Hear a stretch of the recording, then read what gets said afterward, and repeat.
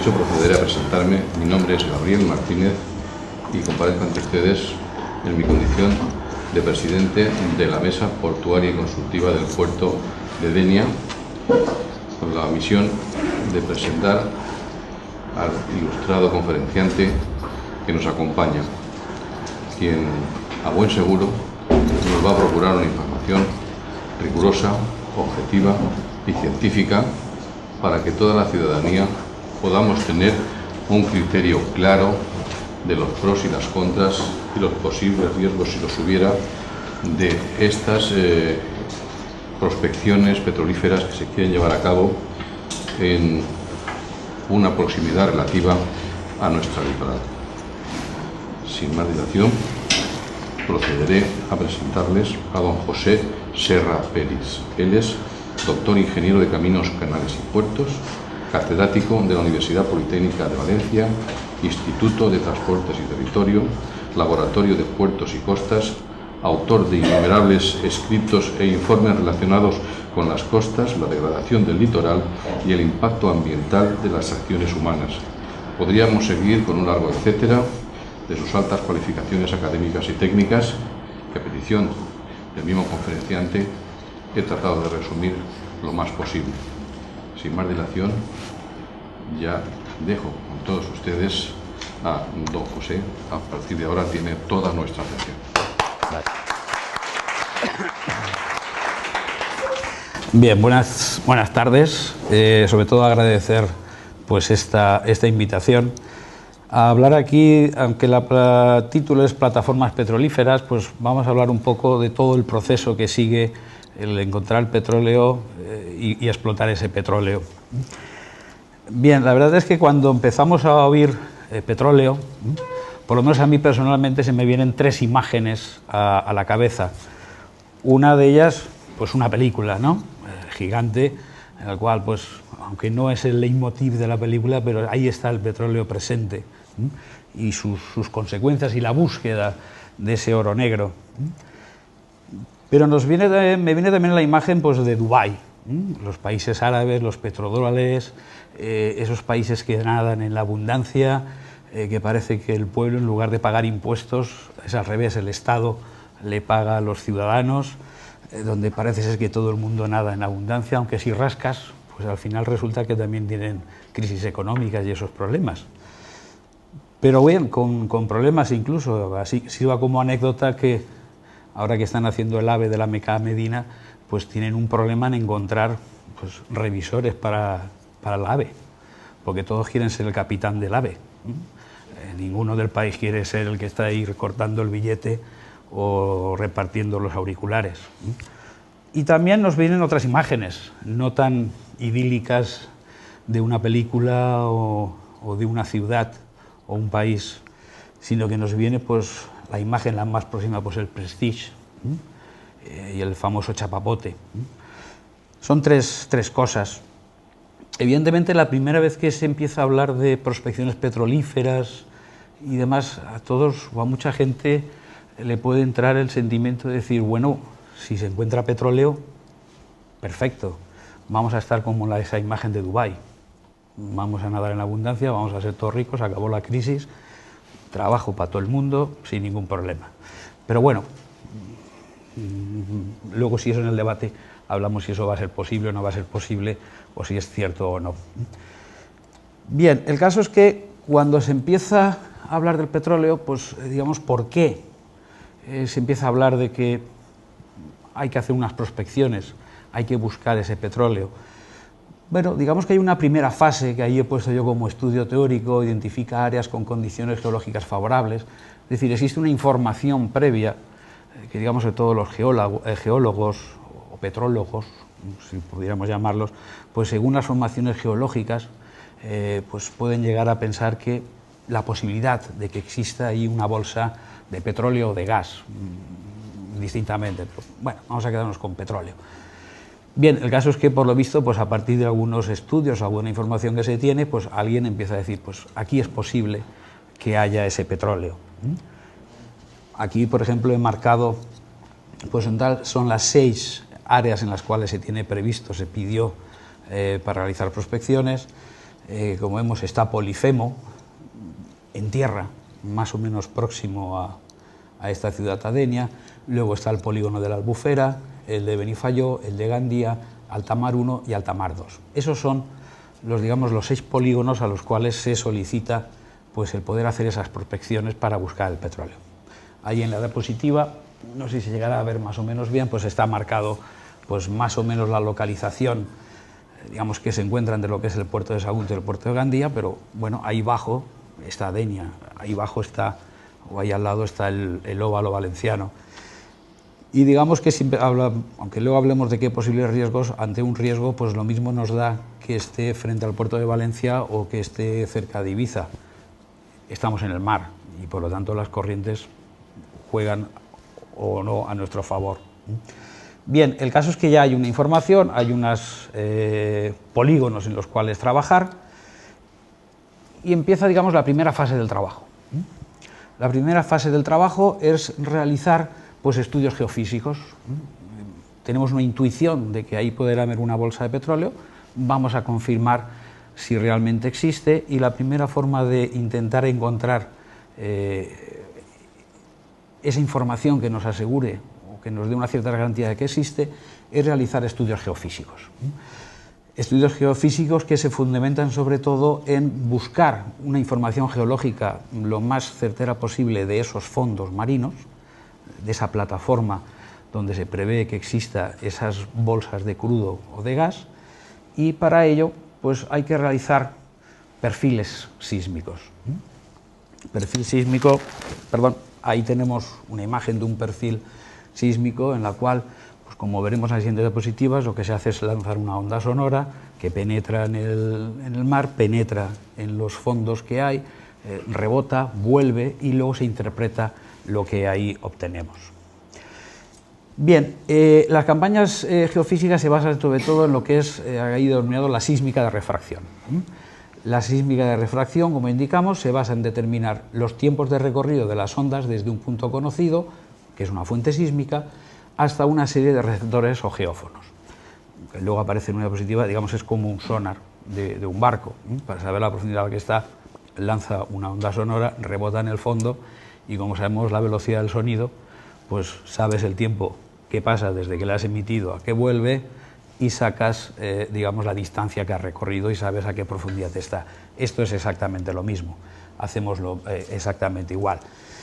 Bien, en esta campaña geofísica lo que tenemos es una embarcación que por 2 sistemas distintos posibles pues va haciendo esos perfiles para ver qué es lo que hay ahí en el fondo. El trabajo consiste, o el equipo, en una fuente de energía que es la que emite la onda sonora, unos equipos de adquisición que sería, digamos, el que va a recoger esa onda sonora. Vamos a sacar un puntero y en todo caso para marcar sobre... Ahí tendríamos lo que son el equipo de adquisición, los receptores de esa onda reflejada, y luego digamos que hay un equipo que coge esa información, la trabaja y obtenemos al final pues una imagen como la que veíamos antes. Bien, hay 2 formas de emitir esa onda. Una es el sistema Boomer, que lo que hay es pues, un catamarán, y lo que, digamos, podríamos decir es como un gong, un gran gong. Es un sistema de corriente continua, que lo que tenemos es una chapa que por efecto de magnetismo la mueve, la suelta, golpea contra una membrana generalmente pues, de plástico o de goma y genera ese sonido. Ese sonido es el que llega hasta el fondo, atraviesa incluso hasta 7.000 metros de profundidad y vuelve y nos da esa información. Las ondas van reflejándose en las distintas capas que encontramos y al final pues, podemos tener pues, una imagen como esa en la que nos dice cómo es el fondo. Bien, esto es uno de los sistemas y el otro sistema es el cañón de aire. El cañón de aire lo que hace es, pues como su propio nombre indica, esa onda sonora lo que hace es acumular aire a alta presión y suelta. Sería, digamos, como el disparo de una carabina de aire o de una pistola, pero evidentemente mucho más fuerte. Bien, lo que hace, pues en el caso de los cañones de aire, pues lleva este cañón, lo lleva a una cierta profundidad, la embarcación, en cualquiera de los casos, pues va a una velocidad entre 4 o 6 nudos, va soltando esos impulsos sonoros y va recibiendo esas ondas reflejadas hasta el final, pues como decíamos, pues obtener una información como la que tenemos ahí, en la cual pues uno interpretaría qué es lo que hay ahí. Bien, se lanza una onda, es un ruido. Ahí hemos puesto que es más o menos de 250 decibelios lo que se lanzaría desde la embarcación. Ahí lo hemos comparado, por ejemplo, con un motor de reactor, o con una motocicleta, que parece que es lo que hace más ruido, o con simplemente hablar. Como indicamos, pues se emiten ondas entre 215 y 265 decibelios. El ruido que emite es de 10.000 a 100.000 veces mayor que el motor de un avión, y el nivel sonoro pues dobla el umbral del dolor en el ser humano. Se lanza pues esa onda. Esa es, como decimos, la primera fase. Ahí hemos puesto que, bueno, pues son los mismos durante 3 meses, es el trabajo que esa embarcación, esos estudios geofísicos pueden llevarse a cabo. 3 meses o más meses, depende un poco de la superficie en la cual se va a trabajar. Bien, ¿qué problemas genera eso? Es decir, ¿pasa algo? ¿Hay algún riesgo? Bueno, pues aquí he reunido pues algunas informaciones que se pueden encontrar de cuáles son los efectos que producen estas ondas sonoras en la realización de estos perfiles sísmicos. Por ejemplo, ahí he subrayado pues, que se producen cambios en el comportamiento de los peces, que hay reducción en las capturas. Aquí hay un estudio que se hizo en el Mar del Norte, y entonces, como se ve, pues en la zona en la cual se estuvieron haciendo estos trabajos geofísicos, pues hubo unas pérdidas, un descenso del 35% para especies demersales, un 54% para especies pelágicas y un 13% para pequeños pelágicos. Una reducción media del 50%. Lo cual se entiende, digamos, que evidentemente pues, hay un primer afectado, que evidentemente es la gente que trabaja de la pesca. Es decir, si se va a trabajar estos estudios geofísicos en una zona en la cual pues, habitualmente se va a por algo, pues se va a ver mermada esa productividad. Aquí he apuntado pues, algunos efectos concretos sobre algunas especies. Pues en el caso de cetáceos, pues, daños físicos, daño a tejidos corporales, daños graves a las estructuras auditivas, cambio permanente del umbral de sensibilidad, cambio temporal del umbral de sensibilidad, otros daños, solapamiento y ocultación de sonidos biológicos por ruidos de origen antrópico. Esto puede explicar lo que muchas veces, aunque tenemos ahí la imagen, pues de pronto aparece una ballena o unos delfines varados en una playa y uno dice, se han despistado. Pues a lo mejor se han despistado precisamente a consecuencia de algún trabajo geofísico que se haya podido estar realizando. Efectos de comportamiento, decíamos, interrupción de comportamientos normales, alteración de ritmos respiratorios y de inmersión, cambios en las rutas migratorias, porque ellos intentan esquivar esas zonas en las cuales se están realizando esos trabajos, efectos crónicos como estrés como consecuencia de inmunodepresión o repercusiones en las poblaciones a largo plazo. También pues, efectos indirectos como reducción en la disponibilidad de presas y también pérdidas de calidad del hábitat. Eso en el caso de cetáceos. También pues, en el caso de plancton y larvas de peces también digamos, se detecta un aumento de la mortalidad en huevos y larvas de peces de hasta un 50%. En el caso de moluscos se producen daños severos en el sistema de equilibrio. En el caso de cefalópodos, pues de pronto van a la profundidad, se despistan, suben hacia arriba, hacia aguas más cálidas y pues hay problemas.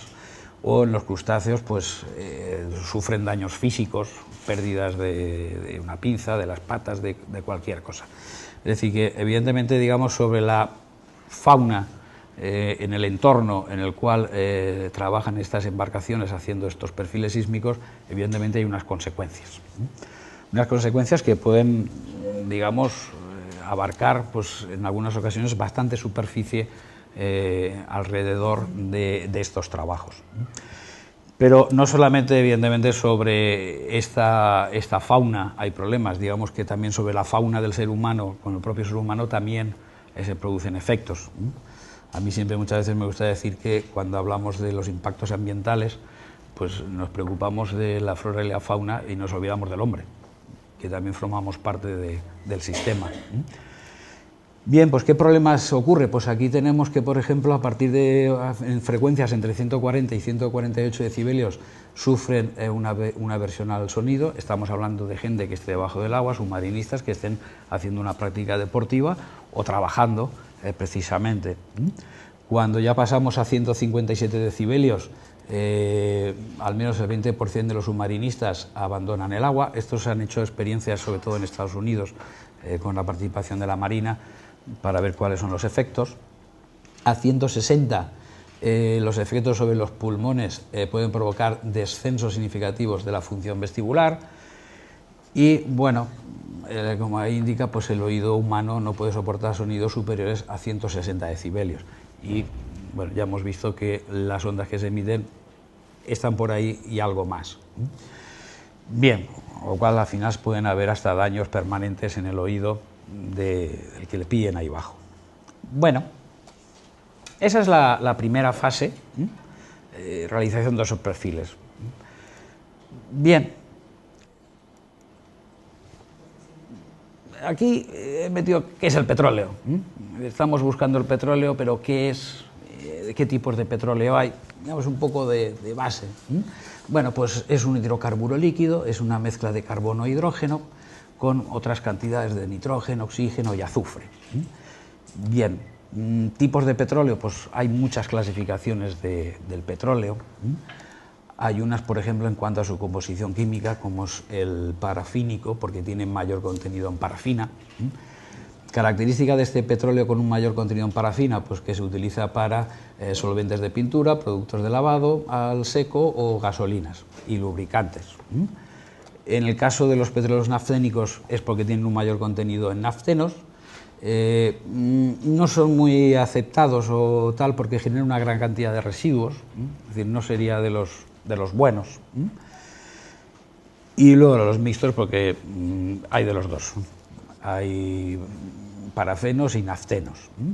Por su densidad, pues los ligeros son los más requeridos o los que son más deseables de encontrar. Y luego también por la presencia de azufres, pues según ese contenido de azufre, pues pueden resultar mejores o peores. Entonces tenemos el petróleo dulce, que es cuando el contenido de azufre es menor al 0,5%. Digamos que es el petróleo de mejor calidad y el que se utiliza sobre todo para el procesado y la obtención de gasolinas. Y luego el agrio, que es cuando contiene al menos un 1%, es decir, más del 1% de azufre, son lo que se denomina el petróleo agrio. Es más costoso su refinamiento y en todo caso se utiliza más para la obtención de diésels, combustibles diésel. Bien, se busca ese hidrocarburo. Si después de esos estudios geofísicos, digamos, ya se tiene la intuición de que efectivamente pues, es posible que exista esa bolsa de petróleo o de crudo, es cuando se pasa, digamos, a la segunda fase, y es la prospección, es decir, comprobar exactamente que ahí existe. Y es cuando entran en juego las plataformas petrolíferas.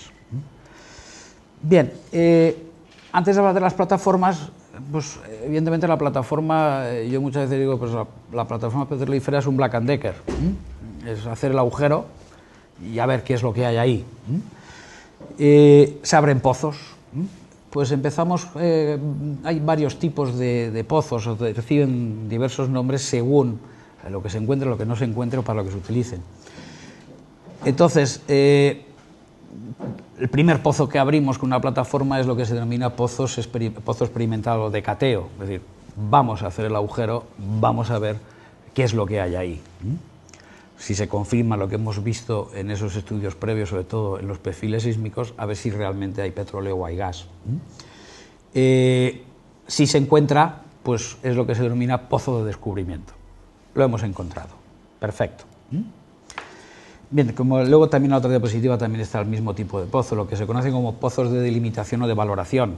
¿Qué es un pozo de delimitación o valoración? Hemos encontrado ese crudo, esa bolsa, pero claro, a la hora de explotarlo hay que saber qué volumen hay para poder explotar y qué, digamos, qué características tiene ese petróleo, porque si es un petróleo que dices, esto no nos vale ni para sacar un esmalte ni nada por el estilo, pues no vale la pena. O si hay muy poco volumen de petróleo en la bolsa, pues como se suele decir, nos va a costar más el collar que el perro, entonces no vale la pena el explotarlo. Bien, si pensamos que ahí hay petróleo, hacemos el pozo y resulta que no hay nada, o que, como decíamos antes, ese pozo de delimitación o de valoración nos dice es muy poco volumen de petróleo que va a sacar, o las características de este petróleo no es bueno para luego su refinamiento, pues a eso se llama pozo seco. No vale la pena su explotación, se taparía y ya está. Y luego, si se ha encontrado ese crudo, ese petróleo, y en un volumen importante que es explotable económicamente, evidentemente, y además es de buenas, digamos, características, pues ya se pasa a los pozos de desarrollo, que, bueno, pues evidentemente no solamente se hace un pozo, sino se hacen varios pozos para poder explotar ese recurso. Bien, y luego están los que se llaman pozos de geopresión y geotérmicos. No son, digamos, pozos o zonas en las cuales, digamos, exista crudo o petróleo, sino que lo que producen es agua a presión y a una temperatura extremadamente elevada, pero que contienen algunos hidrocarburos. No sería realmente, digamos, ese crudo. Bien, ahí tenemos una imagen de una plataforma. Todos más o menos tenemos la idea de lo que es. Bien, ¿qué es una plataforma de perforación? Bueno, pues algo en el cual nos vamos a apoyar pues para hacer ese pozo, en principio. Es, por lo tanto, una plataforma con un equipo de operarios, ahí luego veremos algunas imágenes de distintos tipos de plataformas, en las cuales pues vamos a hacer esa perforación para llegar hasta esa bolsa o ese recurso que pensamos que existe y para poder definir el tipo de pozo o lo que ahí tenemos.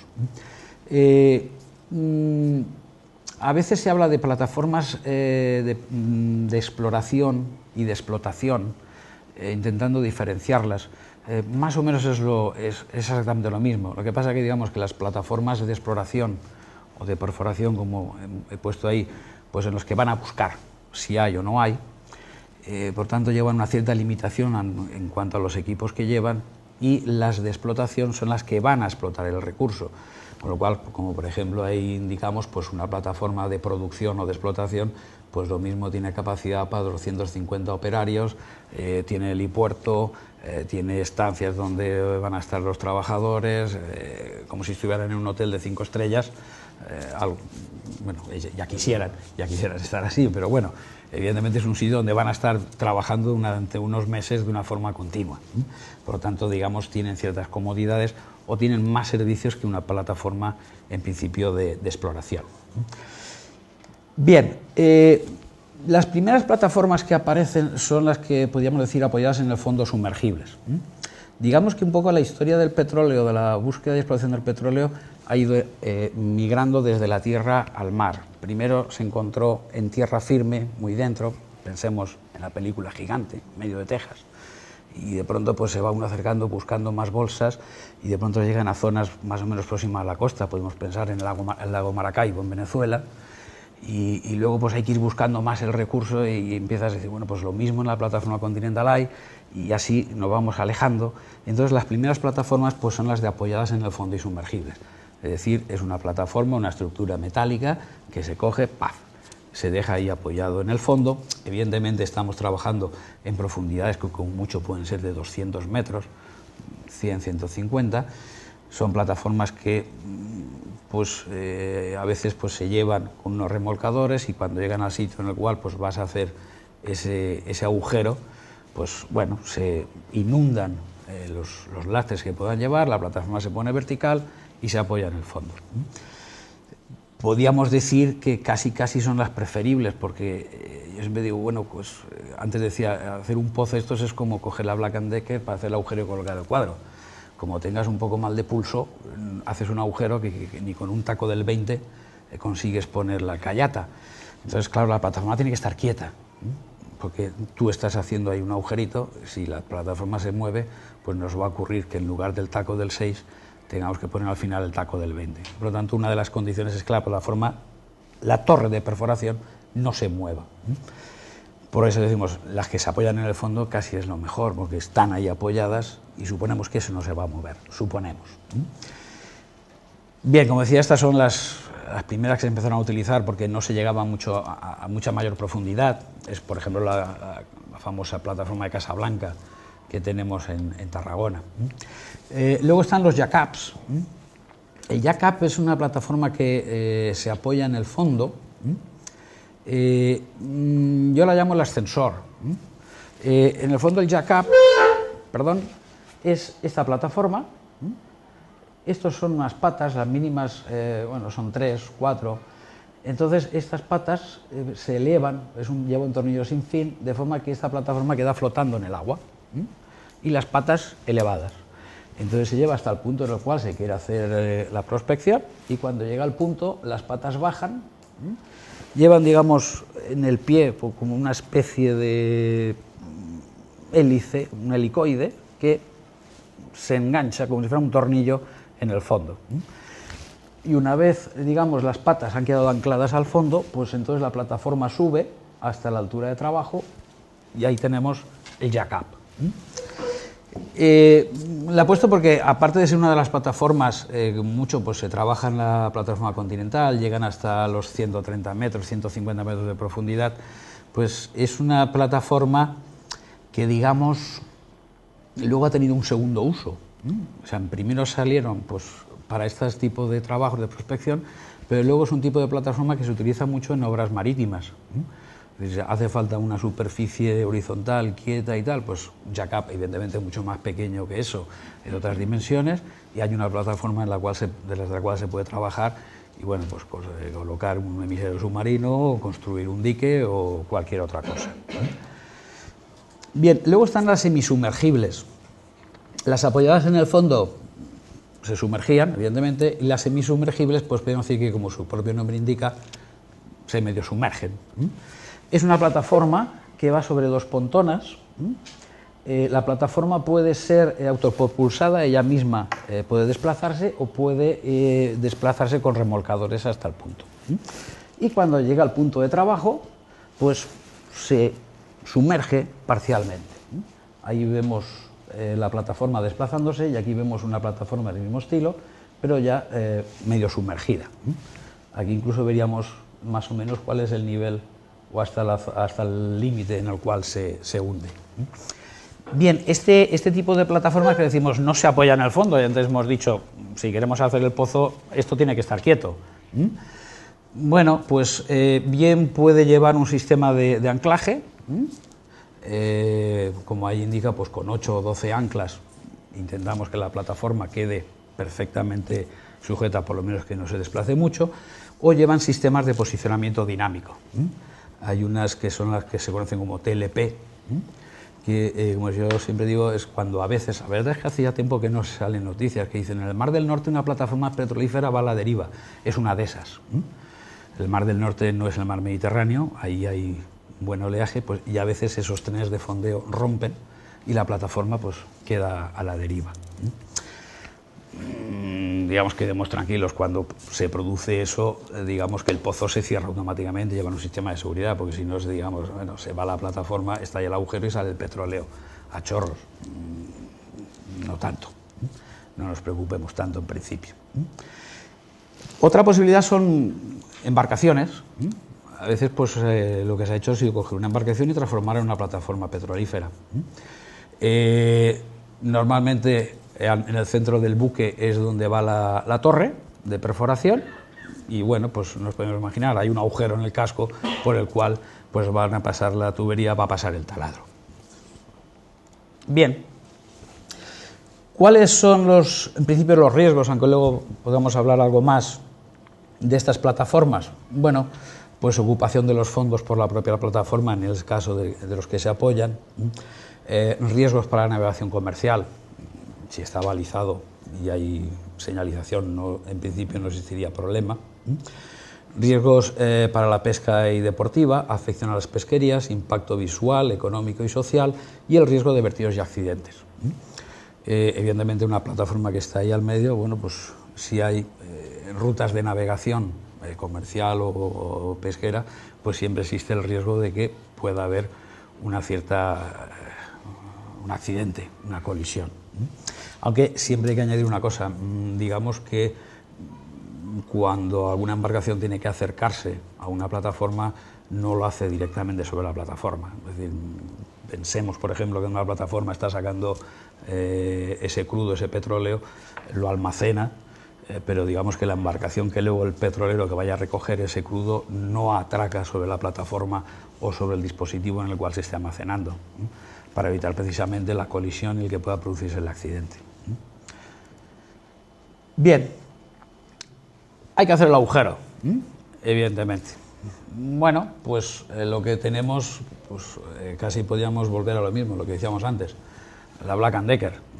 Lo que tenemos que tener algo, aunque aquí vemos que hay varios sistemas de perforación, de percusión o con cable, rotativa, retropercutante, electroperforación y tuboperforación, perforación direccional, abrasiva, con explosivos, perforación con llama.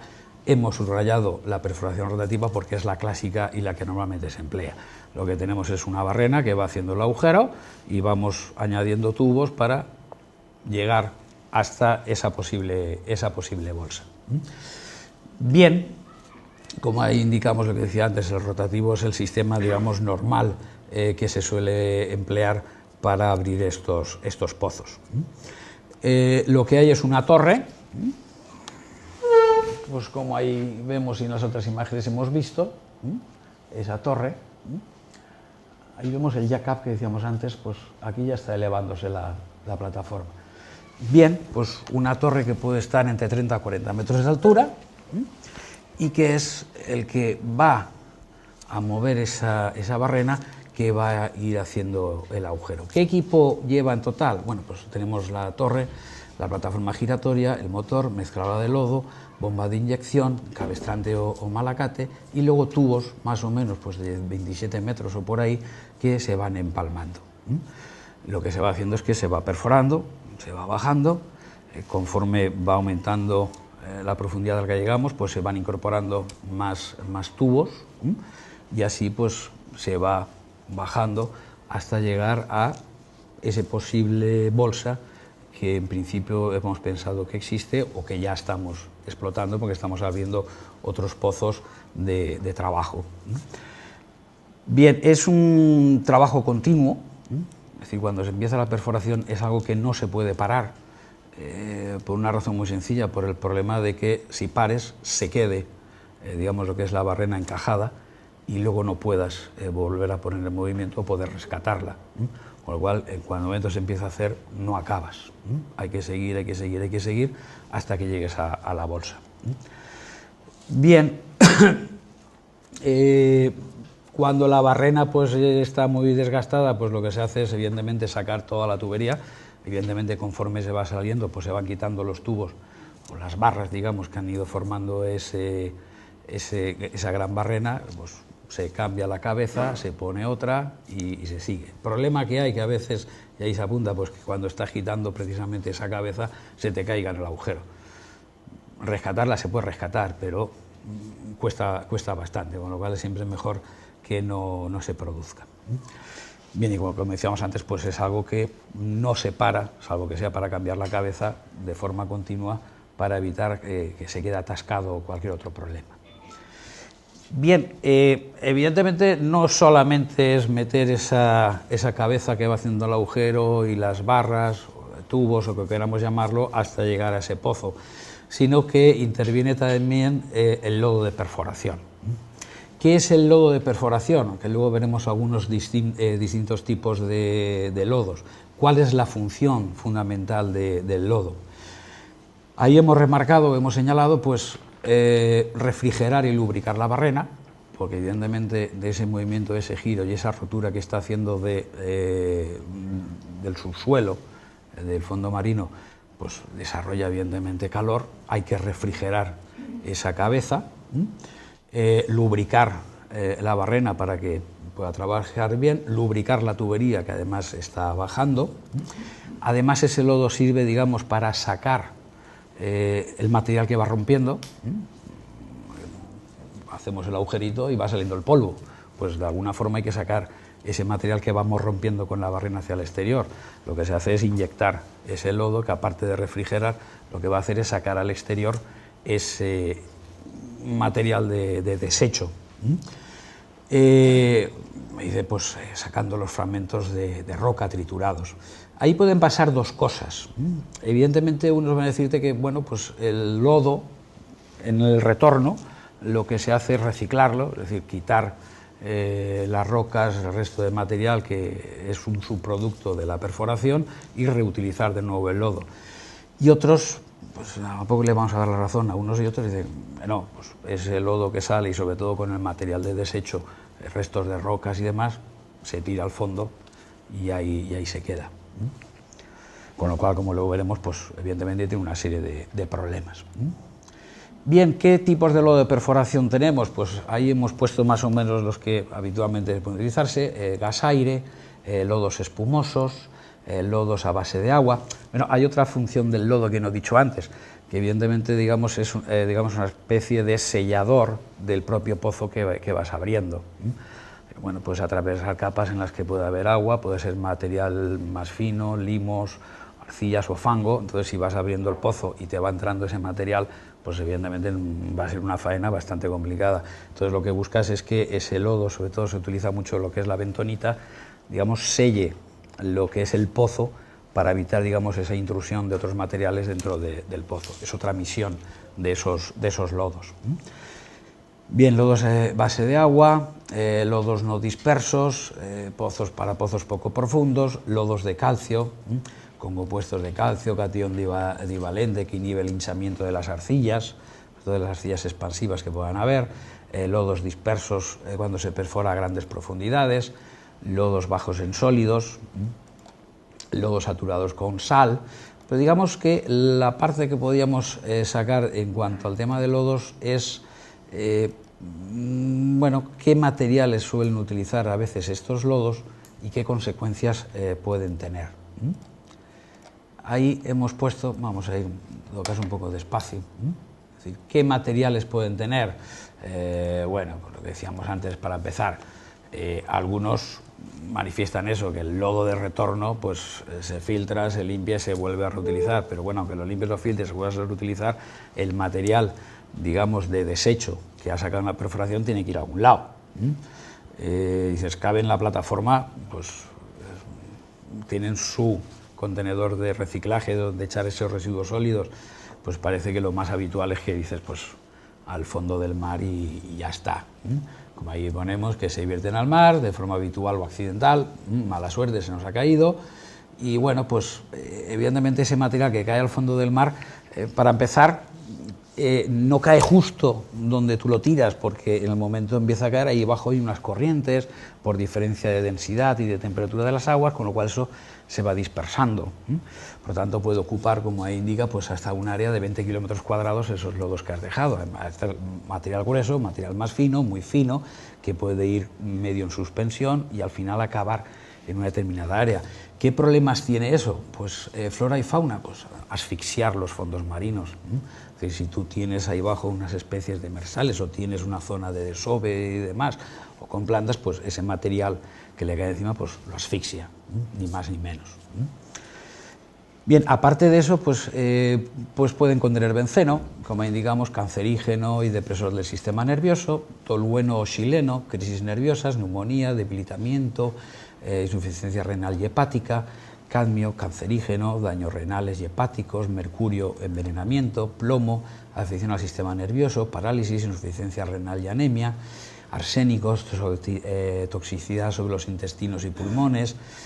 Claro, alguien puede pensar, bueno, esto total va a caer en el fondo, los peces son los que van a coger el estrés y van a pillar vete tú a saber qué.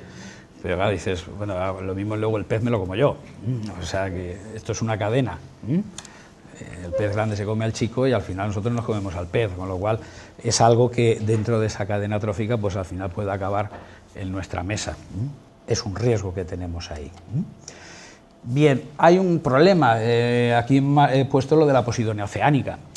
Hombre, evidentemente, con los polígonos que veíamos antes de trabajar, pues por las profundidades o la distancia que están, probablemente no estemos sobre praderas, sobre praderas de Posidonia, que no es un alga. Estaremos lejos de ella y además, como están protegidas, pienso que a nadie se le ocurriría autorizar poner una plataforma precisamente sobre una pradera de Posidonia oceánica, pienso. Pero, antes hemos dicho, si esos restos del material que se está haciendo la perforación se dejan caer en el fondo y pueden cubrir una superficie de 20 kilómetros cuadrados, pues oye, si nos volviéramos a la primera diapositiva donde veíamos esos polígonos, ojo, puede ser que llegaran a afectar. Y a lo mejor dices, hombre, digamos que lo que es el óvalo valenciano hay pocas praderas extensas de Posidonia oceánica, hay retazos, pero bueno, dejemos que crezcan. La Posidonia oceánica, el único problema que tiene es que es una planta muy lenta de crecimiento, crece 1 milímetro al año. Entonces hay que darle tiempo para que pueda crecer. Pues las pocas matas que hay, dejemos que puedan sobrevivir.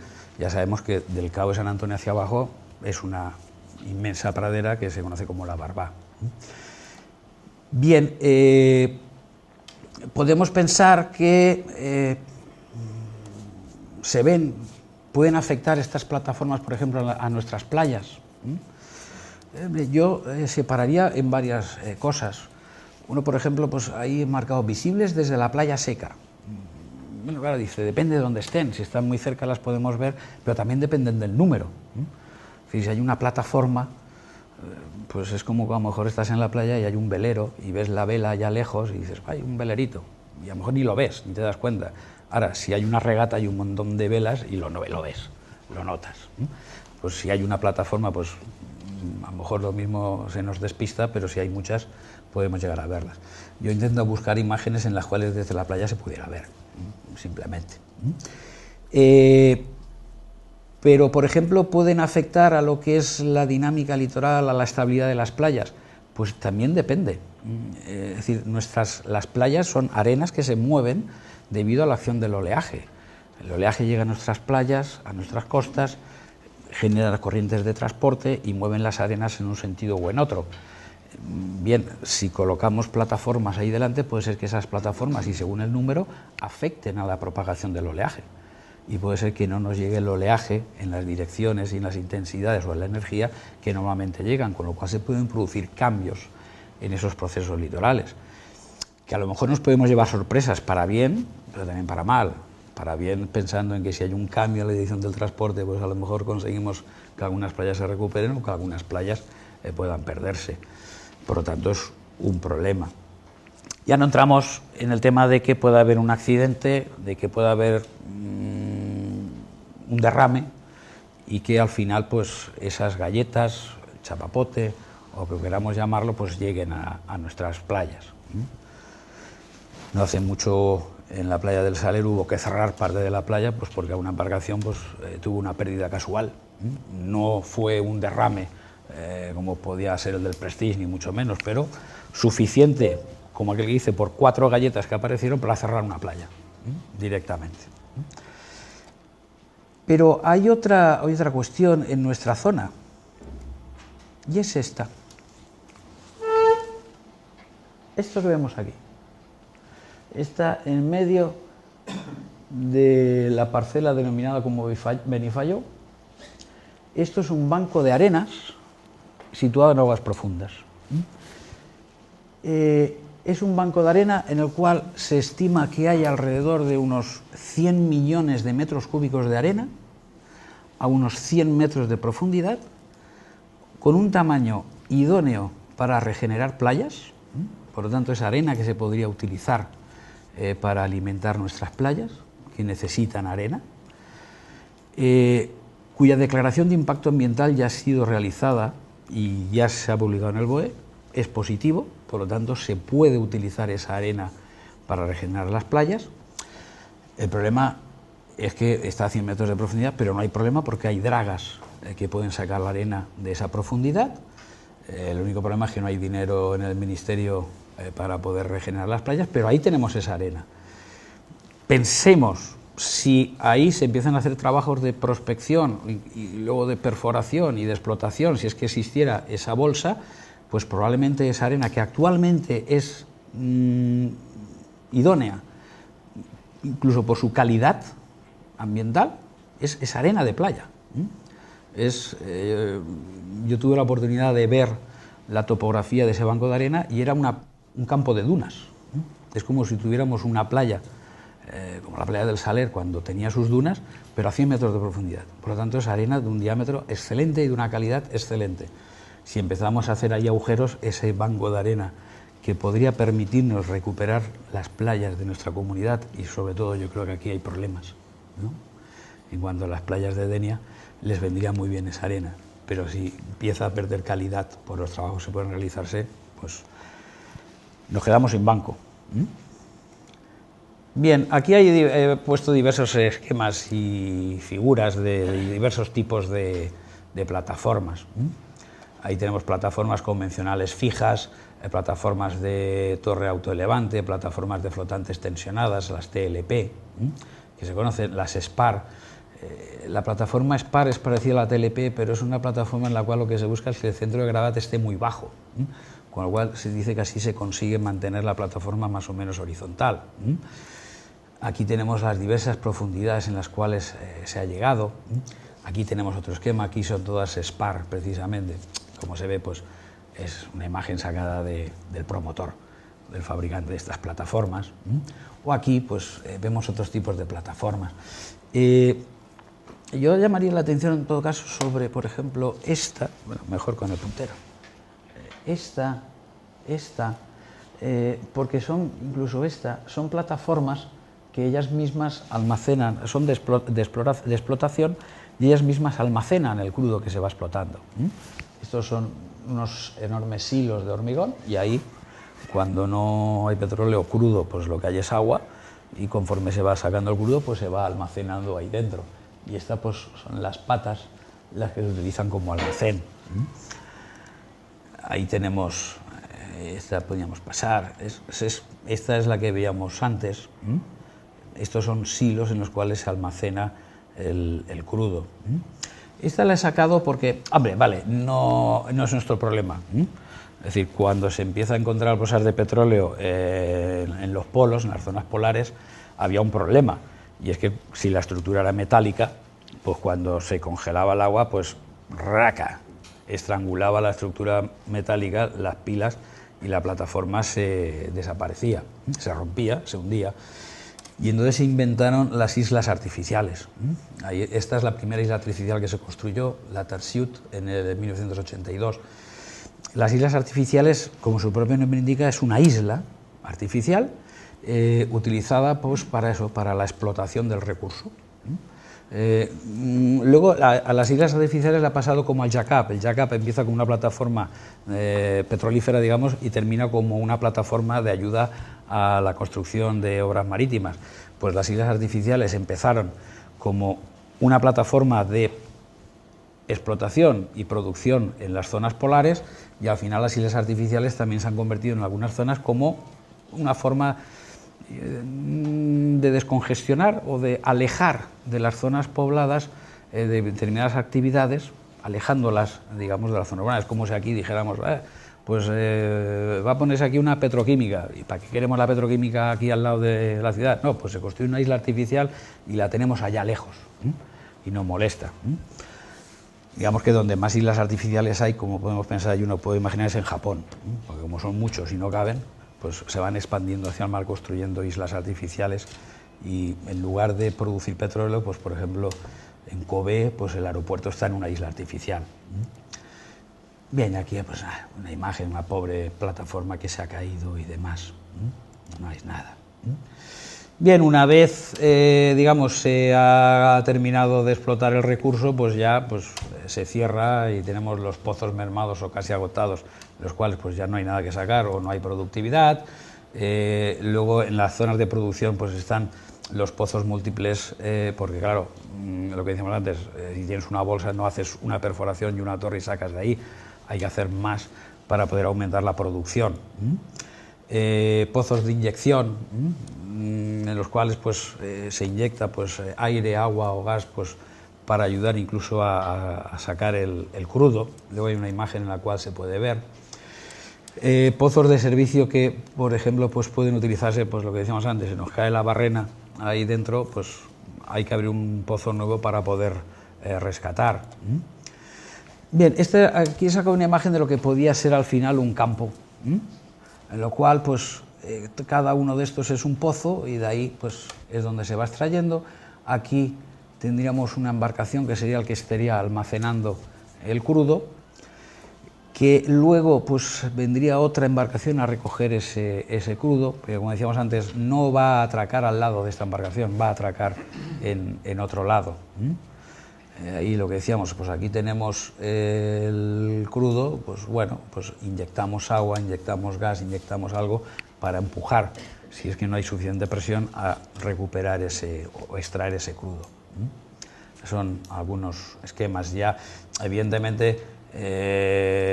Cuando tenemos un campo como este, pues no está lleno de plataformas, pero no es que cada pozo tenga su plataforma, pero hay varias, evidentemente.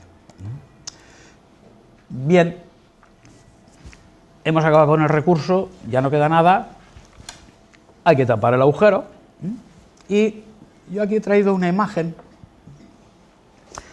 porque es algo que algunos proponen.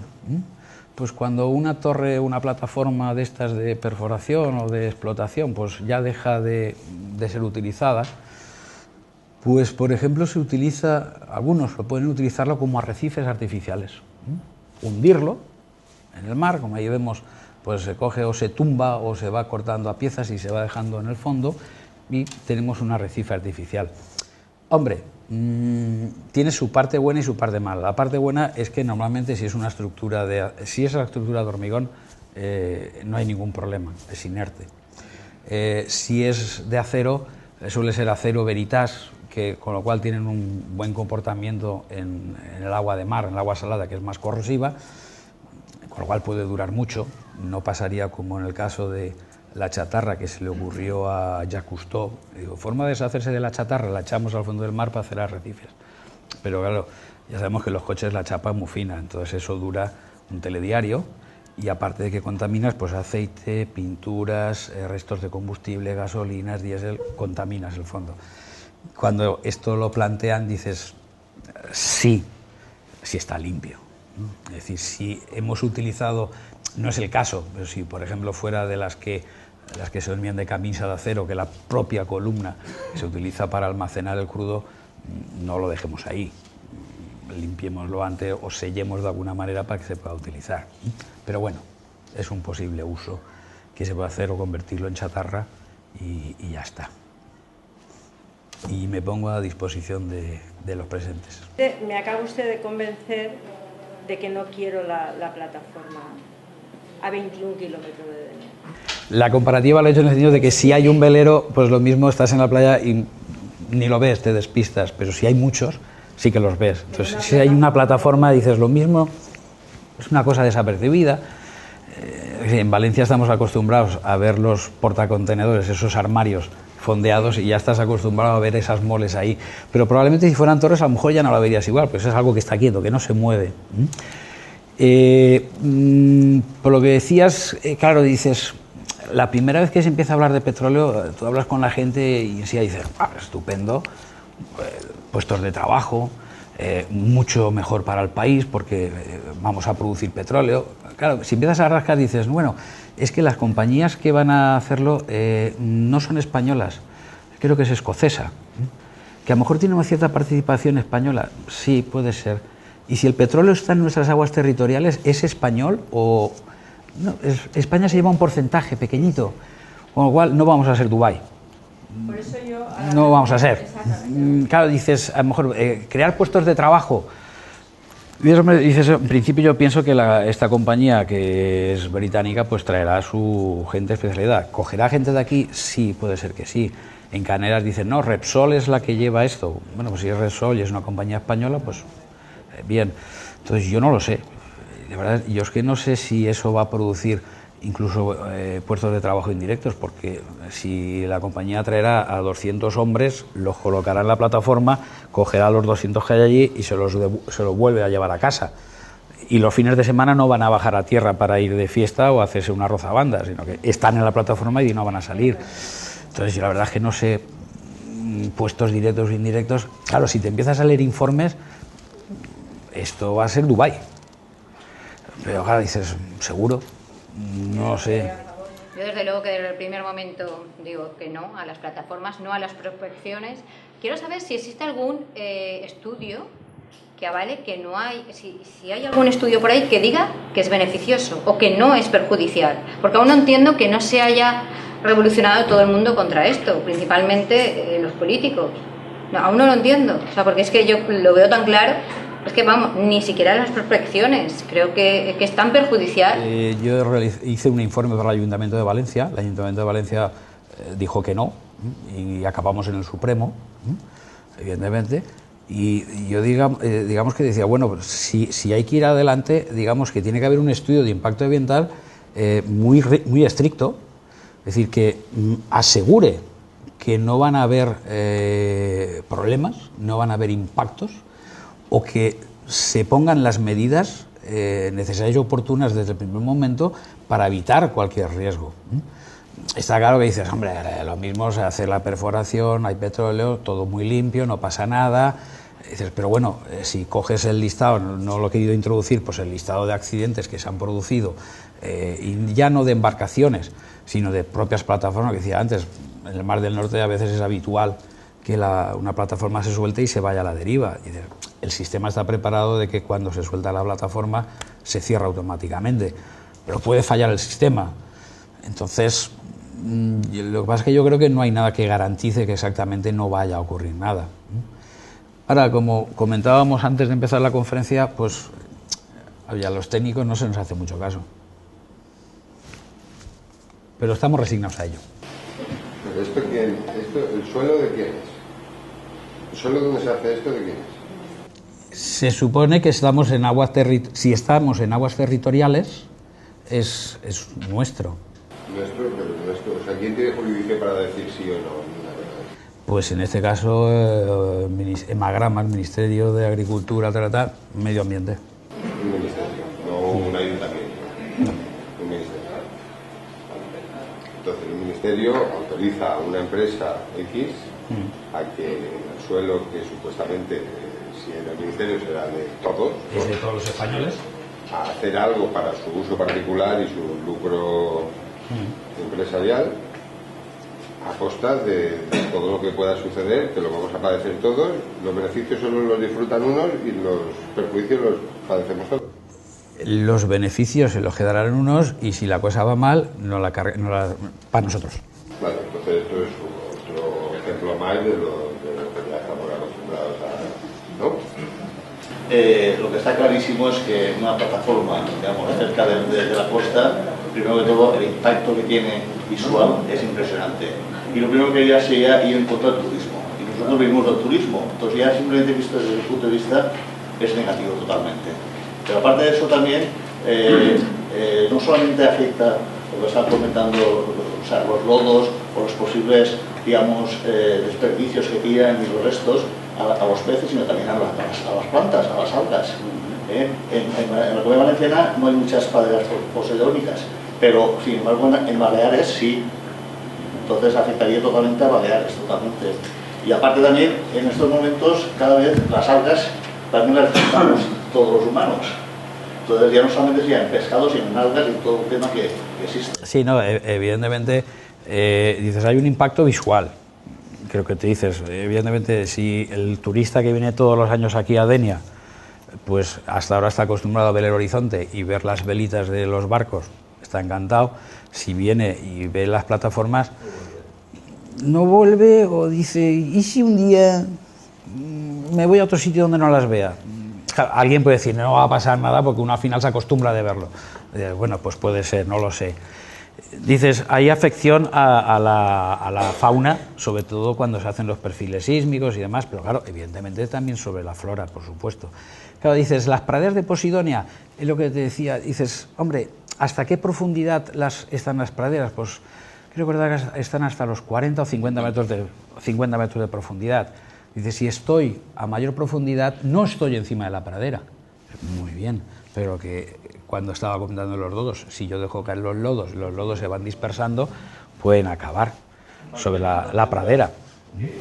Si están contaminadas de una forma u otra a través del marisco de leña, trampa de leña o de las sardinas o de cualquier otro producto, esto pasa a la cadena humana, lo que significa que está demostrado por estudios que se han hecho de mercado en que cuando existe una contaminación, por ejemplo en Japón y en otros países donde ha habido reventones de tuberías y cosas así que han pasado a la cadena humana, el 70% de las especies marinas mueren al nacer, los peces. Un 30% tiene malformaciones y esto pasa a la cadena humana. La placenta de la mujer y la leche que le da de mamar al hijo lleva consigo esa transmisión de todo lo que sean productos contaminantes. Y aquí en la Comunidad Valenciana y más concretamente en la Marina Alta tenemos un grave problema que es la utilización del DDT, que afortunadamente la OMS en el año 72 dijo que estaba prohibido, pero aquí se ha utilizado el DDT para naranjos, hortalizas, todo tipo de productos de la tierra, que ha pasado del árbol a la tierra, de ahí a los acuíferos y de ahí a la cadena humana. Entonces, claro, para que haya dos, sean de Irlanda, de Noruega o de cualquier país que se vayan a hacer más ricos de lo que puedan ser, estamos poniendo en riesgo los tres pilares básicos de nuestra economía en la Comunidad Valenciana, como es el turismo, la construcción y los servicios.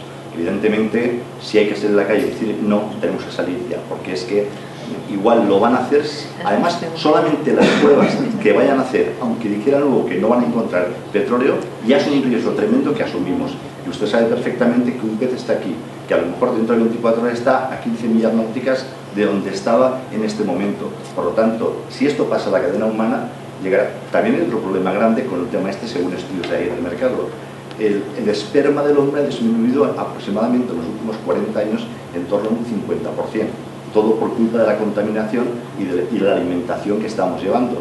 Si esto es verdad, se pone en marcha y contamina por un reventón, un accidente, posiblemente nos marcharemos todas las 500, porque es que es un riesgo tremendo. Lo que pasa es que algunos políticos no se dan cuenta y quieren apoyar el proyecto, pero evidentemente la sociedad somos los que tenemos que ir a la calle y decir no, no se puede autorizar esto. Sí, es lo que me uno a eso. Cuando he comentado, bueno, los lodos que utilizan llevan benceno, no sé qué tal, en plan de broma he dicho, hombre, podemos pensar que eso queda en el fondo, se lo come el pez y allá el pez. Pero claro, es lo que he dicho, pero es que ese pez lo mismo no lo comemos nosotros, con lo cual al final vuelve a nosotros. A veces ocurre que esos efectos tardan muchos años en producirse. Al nombrar Japón, yo recuerdo que, no recuerdo en qué bahía, al cabo de 30 o 40 años de estar vertiendo mercurio al mar, es cuando empezaron a surgir los problemas de salud, sobre todo problemas cancerígenos. Y claro, empezó a ver cómo es que resulta que ahora hay tantos casos y al final se sacó, no, es que hace 30 años había aquí una fábrica que hacían pilas, vertían mercurio y tardó ese efecto sobre el hombre al cabo de 30 años. Es decir, que a veces el mal efecto no se produce de forma inmediata, sino que pasa tiempo y se dilata. Sí, a mí, bueno, su intervención por supuesto me ha parecido muy interesante y también comparto con el resto de las personas como nuestra animadversión contra el tema de las plataformas petrolíferas, sobre todo cerca de nuestras costas, por supuesto. Pero le he escuchado decir que en Valencia dijo no por informes técnicos que se habían dado y que llegaron a los tribunales. Entonces, no sé si estoy equivocado, tengo entendido que esos tribunales al final no pudieron o no quisieron paralizar el tema y lo dejaron como en manos de... Bueno, eso ya está concedidas las licencias, ya está todo en marcha y hasta que no... y dependerá de los informes de los técnicos medioambientales. Mi pregunta es la siguiente, ¿en qué fase nos encontramos y qué posibilidades de paralización hay? Porque si hay que pagar indemnizaciones multimillonarias a estas empresas que tienen unos derechos adquiridos, O sea, yo soy la primera que voy a salir a la calle pidiéndole, no, pero ¿en qué fase nos encontramos? Yo no sé en qué fase nos encontramos. Vamos, he comentado lo de la ciudad de Valencia porque acabé en el Supremo en Madrid, allí frente al juez, y estaban los abogados de las compañías británicas que iban a hacer las demás. Yo testifiqué, llevé el informe y demás, y luego, pues, lo que tú has dicho, nada, lo que diga luego el Ministerio, lo que diga, digamos, la Oficina de Medio Ambiente, como que dice, y que se haga. Yo creo que los de aquí están un poco paralizados por el momento. Creo que o una de dos, o es que hay más presión en las Islas Canarias y hay más oposición en Canarias que la que hay aquí, porque a mí, vamos, me hace gracia que las Islas Canarias todas se están oponiendo a este tema, y aquí, que están las Baleares, que están ahí enfrente, que también están en contra, y aquí, que estamos en contra, no nos ponemos de acuerdo en decir no a las prospecciones, porque afecta a los dos. Que también considero que es importante saber, porque por ejemplo, si a Canarias se dice que no y sin embargo a África se le dice que sí, pues el problema nos va a afectar a todos exactamente igual. Claro, es que la cuestión es esa, que dices, vamos a ver, en nuestro caso de aquí, que dijeras, las Baleares dicen sí, que se hagan las prospecciones. Pero dices, bueno, pero es que si pasa algo, puede afectar a las Baleares y os puede afectar a los dos, que estamos enfrente. Con lo cual el problema es de ellos y de nosotros. En el caso de las Canarias lo mismo, el problema es de Canarias y de Marruecos, de los dos. Es decir, no es un problema. Una cosa es que se sacara la torre de perforación, se pusiera aquí en la avenida del Marqués de Campo. Dices, el problema es de la ciudad de Denia y el problema es de aquí. Pero cuando estamos ahí fuera, en el mar, es un problema de todos. De todos, porque somos todos, podemos vernos afectados. ¿De qué volumen se trata? ¿De lo que piensan ellos? ¿Han dicho alguna cifra? No. Puede haber petróleo, es lo que decíamos. Puede haber petróleo, se hacen los perfiles sísmicos. Pues sí, aparecen bolsas. Y entonces hay que empezar a hacer agujeros para ver si ese petróleo, qué calidad tiene y qué volumen hay. No, además ten en cuenta que al hacer perfiles sísmicos tú vas haciendo unos perfiles, pero claro, entre perfil y perfil no sabes lo que hay. Entonces lo mismo, la embarcación pasa, hace el perfil y dices, aquí hay una bolsa, aquí no hay, o sí que hay, y entonces uno puede hacer la calculación de decir, bueno, pues aquí hay una superficie de no sé cuántos kilómetros cuadrados en las cuales puede haber una bolsa. Y puede tener un espesor de tanto. Pero claro, luego hay que comprobarlo en el sitio. Entonces, ¿cuánto hay? No se sabe. Lo mismo puede ocurrir que esos perfiles sísmicos digan, hay una bolsa, luego se hagan esos pozos de cateo y resulta que para sacar 2 barriles al día no vale la pena. Pues es igual, ya te han hecho el agujero, ya te han hecho los perfiles, ya es un arreglado. Martínez, y que estábamos comentando, y si me permite, me gustaría acabar con esta pregunta. Hacíamos un poco la diferencia, ya que has traído el tema de Canarias, entre lo que supone el mar Mediterráneo, un mar cerrado, estanco, con poca renovación, y un océano. Por aquello de si en algunos sitios este tipo de sistemas de aprovechamiento pudiera ser compatible o no, o los efectos y los impactos ambientales pudieran ser los mismos. El impacto es el mismo.